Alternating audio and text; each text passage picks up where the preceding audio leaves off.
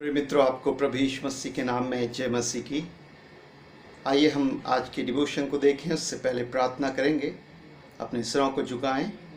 हमारे जीवित महान दया के धनी परमेश्वर, हमारी प्रार्थना है आपके वचन के द्वारा हमारी आँखों को खोलें और हम आपकी सच्चाई को समझते हुए उससे ग्रहण करें और आपकी महिमा करने पाएँ। हम अपने आप को आपके हाथों में समर्पित करते हैं। प्रभु यीशु मसीह के नाम में प्रार्थना मांगते हैं, आमीन। प्रिय मित्रों, आप सबको जय मसीह की। बड़े आनंद का विषय होता है जब हम परमेश्वर के वचन का अध्ययन करते हैं। आज जो हमारा डिवोशन है वो है कुड़कुड़ाने के ऊपर, और इस कुड़कुड़ाने को इंग्लिश में ग्रैम्बल या मरमर कहते हैं। पहला कुरिन्थियों 10 अध्याय उसके 10 पद में पौलुस कहते हैं, और ना तुम कुड़कुड़ाओ जिस रीति से उनमें से कितने कुड़कुड़ाए और नष्ट करने वालों के द्वारा नष्ट किए गए। फिलिपियों 2 अध्याय उसके 14 पद में लिखा है, सब काम बिना कुड़कुड़ाए और बिना विवाद के किया करो। परिभाषा अगर हम कुड़कुड़ाने की देखें तो हम इसको इस प्रकार से कह सकते हैं, कुड़कुड़ाना एक बीमार प्रवृत्ति और बुरी आदत है जिसमें कोई भी किसी भी कारण के लिए असंतोष जताने हेतु मुंह से बड़बड़ाता है या हमिंग करता है, जिसका कारण रोष होता है या गुस्सा या असंतोष है। आखिर हम क्यों कुड़कुड़ाते हैं? प्रियो, गिनती 11 अध्याय उसके 4 से 6 पद या उसके आगे पदों में हम देखेंगे तो वहाँ पर पाएंगे इजराइली कुड़कुड़ाने लगे सिर्फ इस कारण कि वो जब मिस्र में थे तो उन्हें मछलियां खाने को मिलती थी, मीट खाने को मिलता था, लहसुन खाने को मिलता है, सभी प्रकार के भोजन खाने को मिलते हैं। लेकिन परमेश्वर उन्हें मिस्र के दासत्व से प्रतिज्ञात कनान देश की ओर ले जा रहा है और रास्ते में उनको वो मन्ना खिलाता है जो धनिया के बीज के समान होता था और शहद के समान मीठा और पौष्टिक होता था, जिसकी रोटी बना के वे खाया करते थे। वे कुड़कुड़ा रहे हैं यहाँ पर कि हमें मीट नहीं मिल रहा है। परमेश्वर के दिए उपाय के कारण वे आनंदित होने के बदले कुड़कुड़ा रहे हैं कि प्रभु जानता है हमारे लिए क्या उत्तम है, इसलिए जो दिया उसने अच्छा किया है। ये प्रवृत्ति नहीं है, बल्कि वहाँ वो कुड़कुड़ा रहे हैं। तो हम यहाँ देखते हैं कि मन की इच्छा पूरी ना होने के कारण लोग कुड़कुड़ाते हैं, या दूसरे शब्दों में कहें असंतोष के कारण कुड़कुड़ाना होता है। अगर हम निर्गमन 16 अध्याय उसके 7 और 8 पद में देखेंगे तो वहाँ भी इस बात को हम देखते हैं। वे लोग परिस्थितियों से खुश नहीं थे और इसलिए वे कुड़कुड़ाए। मत्ती 20 अध्याय उसके मत्ती रचित सुसमाचार 11 पद में लिखा है। वहाँ पर हम देखते हैं जो मजदूरों को दिहाड़ी नहीं मिल रही थी, काम नहीं मिल रहा था, तो एक बगीचे के मालिक ने उन्हें अपने वहाँ काम पे लगा लिया। किसी को 9 बजे, किसी को 10 बजे, किसी को 12 बजे, किसी को शाम के 4 बजे, अलग अलग टाइमिंग में। और जो पहले आए थे उनको जो मजदूरी ठहराई थी दे दी, लेकिन जो लास्ट में आए थे 1 घंटा जिन्होंने काम किया उन्हें भी उसने उसी प्रकार की मजदूरी दी जो बराबर सबको दी थी। जो सुबह आए थे उनको उसके बराबर मजदूरी दी। तो इसलिए जो पहले आए थे काम करने वाले वे कुड़कुड़ाने लगे। वो बारी के जो मजदूर थे जो पहले आए थे वो कुड़कुड़ाने लगे। किस पर? उस मालिक पर। अरे उनका हक था क्या कुड़कुड़ाने का? वो तो मालिक के ऊपर डिपेंड करता है कि वो किसको कितना दे पेमेंट, क्योंकि वो उसका अपना धन है, वो लोगों की दशा को देखकर कि उन्हें काम नहीं मिल रहा, काम पे लगा रहा है, लेकिन फिर भी यहाँ उस पर कुड़कुड़ाया जा रहा है। तो हम यहाँ देखते हैं, तो परिस्थितियों के कारण किसी के पास ज़्यादा है, किसी के पास कम है, किसी को ज़्यादा अनुग्रह मिल गया है, तो बहुत बार लोग परिस्थितियों के कारण भी कुड़कुड़ाने लग जाते हैं। तीसरी बात हम देखते हैं क्यों इंसान कुड़कुड़ाता है। किसी पर विश्वास नहीं होता तो लोग कुड़कुड़ाने लगते हैं उस पर। अगर आप यूहन्ना 6 अध्याय उसमें उसके 41 पद में पढ़ेंगे तो वहाँ पर इस बात को आप देख पाएंगे। कार्यशैली किसी की पसंद नहीं आती तो कुड़कुड़ाने लग जाते हैं। अपनी लोग चलाना चाहते हैं, लेकिन जब उनकी चल नहीं पाती तो वो कुड़कुड़ाने लगते हैं। अब देखिए, लूका रचित सुसमाचार उसके 15 अध्याय उसके 2 पद और उसके आगे पदों में हम देखते हैं, लोग प्रभु यीशु पर कुड़कुड़ाने लगे कि वो पापियों के साथ संगति करते हैं। उसमें शास्त्री फरीसी भी थी जो कुड़कुड़ा रहे थे। तो वे लोग अपनी चलाना चाह रहे थे, शास्त्री फरीसी थे, लेकिन उनकी चली नहीं। उन्होंने अपने आप को बहुत ऊंचा समझा और वे लोगों के साथ नहीं जुड़े। और प्रभु यीशु मसीह लोगों के बीच में रहकर उनके मध्य उनके लिए कार्य कर रहे हैं, उनके से जुड़ रहे हैं। तो शास्त्री फरीसी जो थे, धार्मिक अगुए, वे प्रभु यीशु पर कुड़कुड़ाने लग जाते हैं। लोग कुड़कुड़ाने लग जा रहे हैं क्योंकि वो अपनी चलाना चाह रहे थे और उनकी चल नहीं रही थी।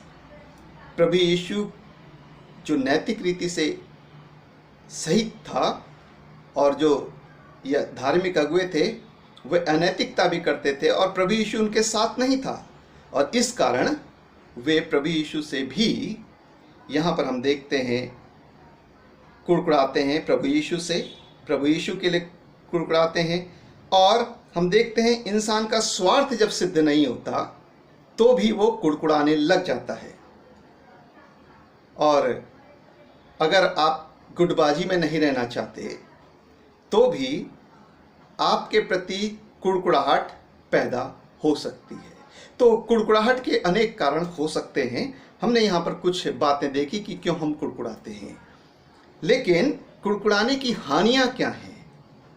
कुड़कुड़ाने की अगर हानि देखें तो इससे मन निराश रहता है और शांति नहीं रहती जीवन में, और खून जलता रहता है, अतः अस्वस्थ रहते हैं, बीमार रहते हैं, कभी संतोष नहीं होता, किसी भी कार्य में मन नहीं लगता, सबको हम गलत समझने लग जाते हैं और अपने को बहुत ठीक समझते हैं, दूसरों की उन्नति से खुश नहीं रह पाते और लोगों को नीचा दिखाने की युक्ति करते रहते हैं। ये हैं कुड़कुड़ाने के हानियाँ।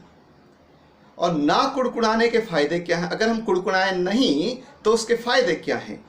अगर हम देखेंगे तो हम पाएंगे कि सबके सामने हम निर्दोष और भोले रहकर परमेश्वर की संतान होने का प्रतिनिधित्व करते हैं, जैसा कि फिलिपियों 2 अध्याय उसके 15 पद में लिखा है। हर बात को हम प्रभु की इच्छा में देखते हैं। और तीसरी बात कि आत्मसंतोष, सेल्फ सेटिस्फैक्शन बना रहता है और खुशी बनी रहती है अंदर से, और अगुओं का, अधिकारियों का और साथ में कार्य करने वालों का आशीर्वाद पाते हैं और प्रार्थना का उत्तर पाते हैं, क्योंकि हम कुड़कुड़ाए नहीं हैं इसलिए। और लोगों के दुखों में आशीष का कारण बनते हैं और उनके दुखों में शांति का कारण भी बनते हैं। व्यर्थ की बातों से हम फिर जाते हैं। भजन संहिता 119 और 36 और 72 पद में ये लिखा है, प्रभु मुझे व्यर्थ की बातों से फेर दे। ये कब फेरते हैं? जब हम नहीं कुड़कुड़ाते हैं। व्यर्थ अर्थात उत्तम विचारधारा और सकारात्मक सोच बनी रहती है। ना कुड़कुड़ाने से उत्तम विचारधारा और सकारात्मक सोच बनी रहती है। जो कुड़कुड़ाने वाला होता है वो कहता है ये कार्य नहीं हो सकता, लेकिन जो कुड़कुड़ाता नहीं है वो कहता है ये हो सकता है। यही अंतर है। जो प्रभु के लोग हैं वो हमेशा सकारात्मक रहते हैं, चाहे उनके साथ बुरा हो। वे हमेशा इस दृष्टिकोण से रहेंगे कि इसके पीछे भी प्रभु की भलाई है, और वो हर सर्वदा परमेश्वर का धन्यवाद देते रहेंगे। लेकिन जो कुड़कुड़ाने वाला हो, उनके साथ कितना भी अच्छा हो जाए, वो हमेशा उस बात को उल्टा सोचेंगे, क्योंकि वो जीवन में नकारात्मकता से भरे हैं, इसलिए वो कुड़कुड़ाते हैं। प्रियो, कुड़कुड़ाहट एक बीमारी है, एक मानसिक बीमारी है, और इजराइलियों में ये बीमारी बहुत अत्यधिक देखी गई। क्योंकि परमेश्वर ने उन्हें अपनी प्रजा होने के लिए अलग किया, लेकिन वो परमेश्वर की ओर अपने ध्यान को केंद्रित नहीं करके संसार और उसकी बातों में फंस गए। और इसलिए हम देखते हैं परमेश्वर पर बहुधा विश्वास नहीं कर पाते, और इस कारण बार बार समस्याओं में और पापों में फंसते हैं, और परमेश्वर के उपाय के लिए धन्यवाद नहीं देते, और इसीलिए कुड़कुड़ाना उनके जीवन की सहज प्रवृत्ति बन जाती है।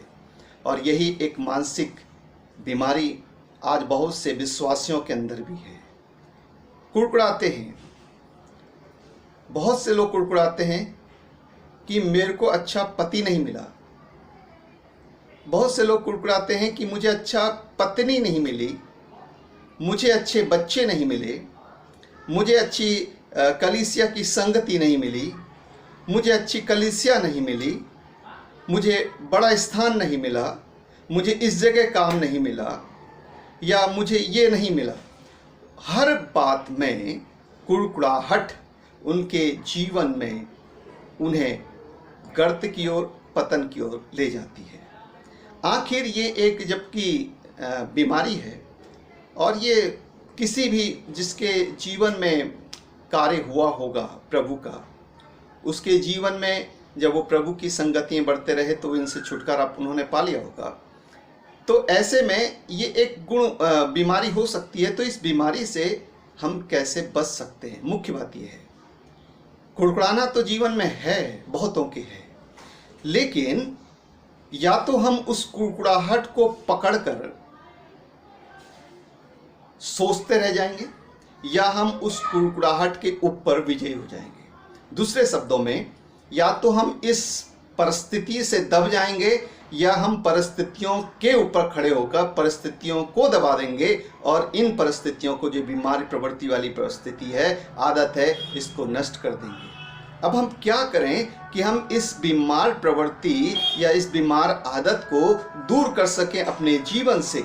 तो उसके लिए मैं आपको कुछ बातें बताऊंगा। पहली बात यह है कि जब आपके संग ऐसा होता है कि आपके मन में कुड़कुड़ाहट आती है, तो आप तुरंत प्रतिक्रिया देते हैं। ऐसे समय में आप तुरंत प्रतिक्रिया ना दें, बल्कि जो घटना घटी है उस पर बार बार मनन करें, ताकि आप उस विश्लेषण पर पहुंच जाएं, क्या सही है क्या गलत है। बहुत बार हम लोग भी शीघ्र प्रतिक्रिया दे देते हैं, उससे बहुत बार नुकसान उठाना पड़ सकता है।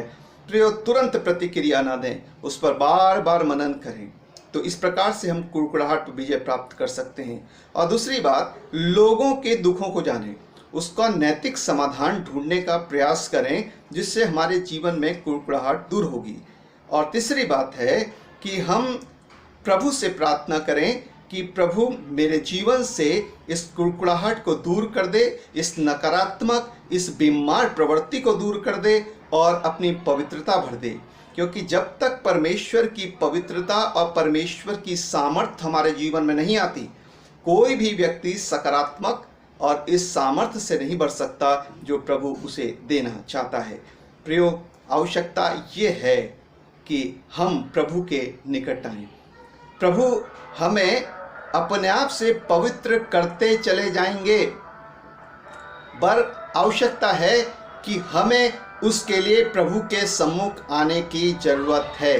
प्रियो, जब हम प्रभु के समीप आएंगे तो हम इस कुड़कुड़ाहट पर निश्चय विजय प्राप्त करेंगे। आइए हम प्रभु से प्रार्थना करेंगे और अपने आँखों को बंद करें। पिता, हम धन्यवाद देते हैं कि आपके वचन से हमने देखा कि प्रभु हम कमज़ोर हैं और कुड़कुड़ा सकते हैं, क्योंकि आपकी इज़राइली प्रजा भी कुड़कुड़ा सकती थी, तो हम भी कमज़ोर हो सकते हैं। हमारी प्रार्थना है प्रभु, हम जितने विश्वासी हैं, सुनने वाले हैं, आपके लोग हैं, अगर हमारे जीवनों में ये बुरी आदत, ये प्रभु बीमार प्रवृत्ति आ गई है कुड़कुड़ाने की, तो प्रभु आप उसे दूर करें, हमें अपनी पवित्रता से भरें और प्रभु जी हमें किसी भी बात की तुरंत प्रतिक्रिया ना दें हम, बल्कि सोचें, समझें, विचार करें और प्रभु आपके हाथों में रख दें। क्योंकि जब हम आपके चरणों में अपने दुखों को रखते हैं, अपनी समस्याओं को रखते हैं, तो आप हम पर अनुग्रह करते हैं और हमें उन सारी समस्याओं पर जयवंत करते हैं। प्रभु हमारी सहायता कर, हमारे साथ हो और आज के डिवोशन को हमारे जीवन में आत्मसात करने के लिए और लोगों को इस दुख से, समस्याओं से, इस बीमारी से मुक्त रखने के लिए तू सहायता मदद कर और हमें भी इस दुख से और इस बीमारी से मुक्त रहने के लिए अनुग्रह दे। हमारी इस प्रार्थना को सुने, प्रभु यीशु मसीह के नाम में प्रार्थना मांगते हैं, आमीन। प्रभु आपके साथ हो। God bless you.